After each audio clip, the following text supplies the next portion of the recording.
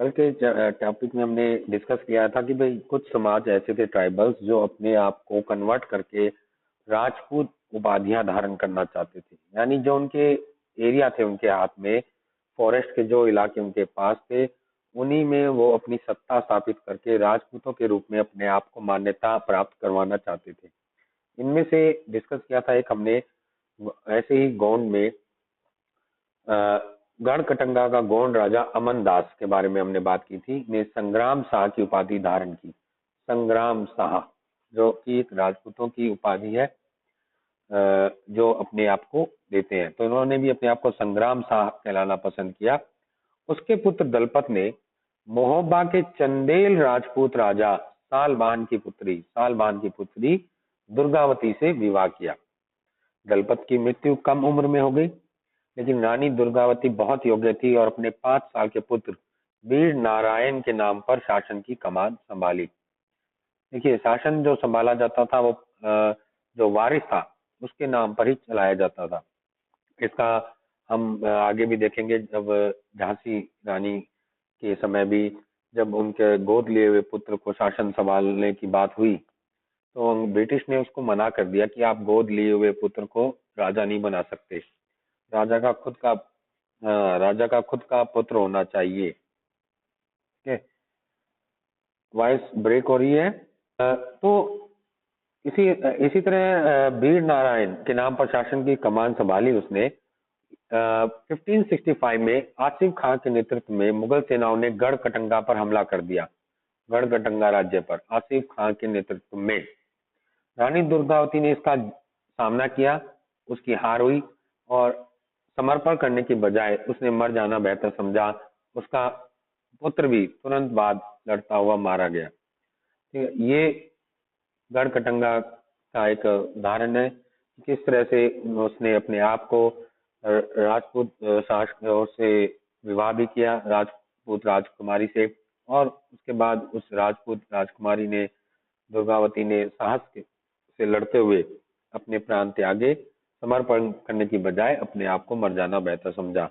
यानी एक तरह से अपने आप को उन्होंने समर्पण कर दिया, जैसे झांसी महारानी जो थी, झांसी की रानी लक्ष्मीबाई ने भी जिस तरह से समर्पण किया, उसी तरह से।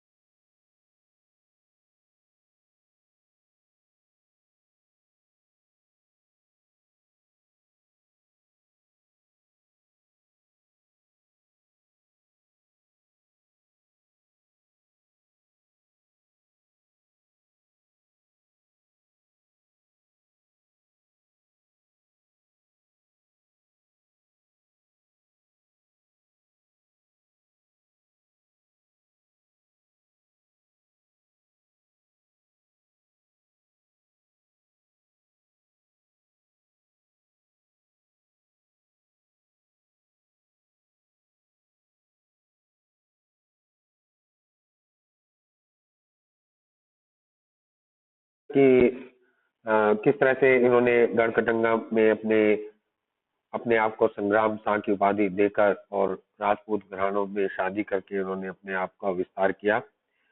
गढ़कटंगा एक समृद्ध राज्य था। उसने हाथियों को पकड़ने और दूसरे राज्यों में उनका निर्यात करने के व्यापार में खासा धन कमाया। यानी इनके जंगलों में जो हाथी थे, उनको पकड़कर वे दूसरे राज्यों में बेचते थे, निर्यात करते थे। वहां से उनको काफी धन मिला। जब मुगलों ने गोंडों को हराया तो उन्होंने लूट में बेशकीमती सिक्के और हाथी बहुतायत में हथिया लिए। उन्होंने राज्य का एक भाग अपने कब्जे में लिया और शेष वीर नारायण के चाचा चंद्र शाह को दे दिया। वीर नारायण का जो चाचा था चंद्र शाह, वो मुगलों के साथ मिल गया था। गढ़कटंगा के पतन के बावजूद गोंड राज्य कुछ समय तक चलता रहा, लेकिन वे काफी कमजोर हो गए और बाद में अधिक शक्तिशाली बुंदेलों और मराठों के खिलाफ उनके संघर्ष असफल रहे। बुंदेलों के मुंह हमने सुनी कहानी थी, खूब लड़ी मर्दानी, वो तो झांसी वाली रानी थी। ये वही बुंदेल है, बुंदेलखंड। यस, जो आप कह सकते हो उत्तर प्रदेश का जो इलाका है, खासकर दक्षिणी पश्चिमी इलाका, झांसी, ललितपुर, ग्वालियर, ये जो इलाके हैं, राठ, हमीरपुर, महोबा, बांदा, ये बुंदेलखंड के इलाके हैं वहां पे। तो बुंदेलों ने के खिलाफ इनके संघर्ष जो थे वो असफल रहे, और फिर मराठों के साथ इनका जो संघर्ष हुआ उसमें भी इनका पतन हो गया, गढ़कटंगा साम्राज्य का। अब है अहोम। अहोम लोग मौजूदा म्यांमार से आकर 13वीं सदी में ब्रह्मपुत्र घाटी में आकर बसे। ये माना जाता है अहोम जो है म्यांमार से आकर बसे थे, म्यांमार। ठीक है, अभी चलिए मैं इस पे आ जाते हैं अपनी आज की पीपीटी पर, और उसमें देखते हैं अहोम के बारे में।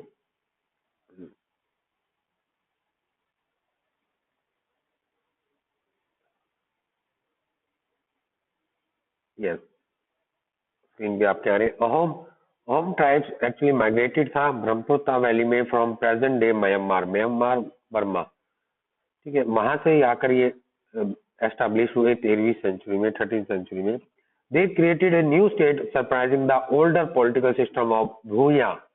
भूया जो लैंडलॉर्ड स्वामी थे, उनको भूया, ये ध्यान रखना, नाम को रखना अंडरलाइन। बड़े भूस्वामियों को में भूया कहा गया। During the 16th century they annex the kingdom of, ये छूटियाज नाम है इसमें, 1523, and Koch Hajo 1581, and the subjected many other tribes. They known to use firearms as early as the 1530s. यानी आग छोड़ने वाले फायर आर्म्स, गोला बारूदों का इस्तेमाल करना शुरू कर दिया था इन्होंने 1530 ईस्वी में। ठीक है, इनको जाना जाता है कि भारत में सबसे पहले गोला बारूद है बेटा, फायर आर्म्स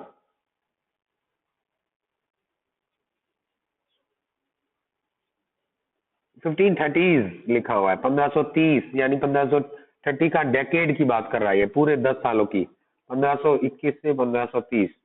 ठीक है, इसलिए इसने एस लगा दिया इसको 1530, 1530 के लिए। इन 1662 द मुगल अंडर मीर जुमला attack the Ahom kingdom and defeated them. Mir जुमला के नेतृत्व में उन्होंने अटैक किया अहोम पर, और उसके बाद इसको हार का मुंह देखना पड़ा, अपने हार का मुंह देखना पड़ा। Their home state depended upon forced labor.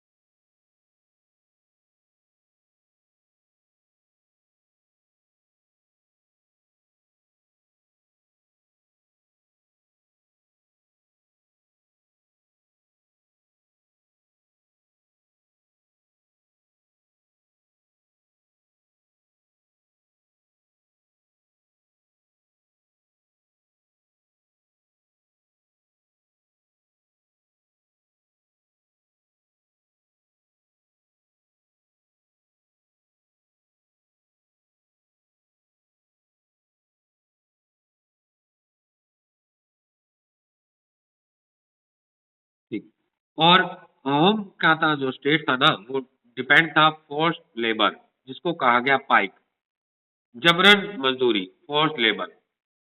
इसमें ये कहा गया है बेटा कि इसमें जो सिस्टम था इनका अहोम का, कि गवर्नमेंट को यानी जो राजा या किंग को कुछ करवाना है तो वो एक गांव से एक विलेज से मजदूर लेता था एक बार में, कि विलेज के जो लोग हैं वो लेबर करेंगे, मजदूरी करेंगे राज्य राज्य के लिए। अगली बार जो टर्न आएगा, कोई काम होना है, कोई महल बनाना है, तो उसमें दूसरे सेकंड जो दूसरा विलेज होगा उसका नंबर आएगा। फिर ऐसे कोई और कुआं खोदना है तो तीसरे नंबर का विलेज होगा, उसके लोग लेबर करेंगे। तो यानी मजदूर जो थे वो मुख्य रूप से गांवों से लिए जाते थे, और जो एक किसान भी थे। तो इन ऐसे मजदूरों को पाइक कहा गया। सभी को अपने गांवों से मजदूर देने पड़ते थे। पाइक, पाइक ये नाम आया है आपकी बुक में, पाइक। तो फोर्स लेबर, जबरन मजदूरी पर डिपेंड था। By the 17th century the administration became quite centralise, कर दिया गया, केंद्रीकृत कर दिया गया। In their worship concept, influence of Brahma increased by the 17th century. Literature and culture flourished in their time. The work known as Buranji, एक इनकी वहां का साहित्य है, इसको अंडरलाइन कर लेना अपनी बुक में, Buranji, were written first in the Ahom language, और उसके बाद असमी में उसको कन्वर्ट किया गया। बुरंजी जो लिटरेचर है अहोम का, बुरंजी, ये आपकी बुक में भी आया है इसका नाम, बुरंजी। इसके बारे में आपकी बुक में देख लेते हैं हम एक बार इसको। यहाँ हम एंड शो करते हैं। यस, हाँ यस, अभी मैं इसको डिस्कार्ड करता हूँ। यस, वहाँ इसको डिस्कस करते हैं आपकी बुक में। यस देखिए मैप के ऊपर, मैप पर ये पहले आप देख लीजिए लोकेशन अहोम की। अहोम साम्राज्य जो वर्तमान में जिसे आसाम कहा गया, ये पर्टिकुलर ये जो एरिया है ब्रह्मपुत्र नदी के साथ साथ, ये लोग माइग्रेटेड होकर आए, म्यांमार से माइग्रेट होकर यहाँ पर बसे आके, ठीक है, म्यांमार में रहते थे और यहाँ से यहाँ पर आकर बसे। देखिए यहाँ भी लिखा हुआ है कि अहोम राज्य बेगार पर निर्भर था, और राज्य के लिए जिन लोगों से जबरन काम कराया जाता था वे पाइक कहलाए जाते थे। जबरन काम कराया जाता था, हर एक गांव को कुछ मजदूर भेजने पड़ते थे अपने राजा के काम के लिए। चल रहा है क्या? हाँ सर, आ रहा है, अभी अभी अभी आया। लगभग सभी व्यस्त पुरुष युद्ध के दौरान सेना में अपनी सेवाएं प्रदान करते थे। दूसरे समय में वे बांध, सिंचाई व्यवस्था इत्यादि के निर्माण, अन्य सार्वजनिक कार्यों में जुटे रहते थे। यानी यदि सेना की जरूरत पड़ती थी ना सेना को युद्ध के लिए, तो भी वे इनकी सेवाएं ले लेते थे। यानी कोई कुशल सैनिक नहीं थे ये, कुशल सैनिक जो स्पेशल सैनिक हो, पेशावर सैनिक नहीं थे इनके। ये इनके जो सैनिक थे वो एक तरह के आपके किसान ही थे। उनको ये सेना में भी भर्ती कर लेते थे कभी कभी समय पड़ने पर, और बाद में दूसरे काम करते थे। अहोम समाज जो था डिवाइड था क्लॉन में, क्लॉन खेल, खेल कहा गया इसको, खेल। वहां दस्तकारों की बहुत कम जातियां थी, और एक खेल के नियंत्रण में प्राय कई गांव होते थे। जैसे हमने बात की थी गढ़, ठीक है ना, 70,000 गांव था, और उसको बाद में डिवाइड किया गया कुलों में, कुलों को विभाजित किया गया 84 में, फिर बरौत गढ़ के अंदर था। उसी प्रकार खेल भी था, ये भी डिवाइड था, आगे नियंत्रण कई गांव थे इसके अंदर। किसान को अपने ग्राम समुदाय के द्वारा जमीन दी जाती थी, और राजा के बगैर उसे वो वापस नहीं ले सकता था समुदाय की सहमति के बगैर। 17वीं शताब्दी के बाद में ब्राह्मणों के प्रभाव में बढ़ोतरी हुई। मंदिरों और ब्राह्मणों को राजा के द्वारा भूमि अनुदान दी जाती थी। ये आपके फिल इन द ब्लैंक्स में भी आएगा। मंदिरों और ब्राह्मणों को राजा के द्वारा भूमि अनुदान दी जाती थी, ये ध्यान रखना, भूमि, लैंड देता था वो। शिव सिंह के काल में हिंदू धर्म वहां का प्रधान धर्म बन गया, लेकिन अहोम राजाओं ने हिंदू धर्म को अपनाने के बाद अपनी पारंपरिक आस्थाओं को पूरी तरह से नहीं छोड़ा। और जो इनकी ऐतिहासिक कृति है लास्ट में देखिए, बुरंजी, जो मैंने बताया, बुरंजी, बुरंजी नामक ऐतिहासिक कृतियां जो पहले अहोम में लिखी गई और बाद में असमिया में। ये भी आपका ऑब्जेक्टिव टाइप का बहुत महत्वपूर्ण क्वेश्चन है मुरन जी। तो ये तो था आपका गौंड और अहोम के बारे में।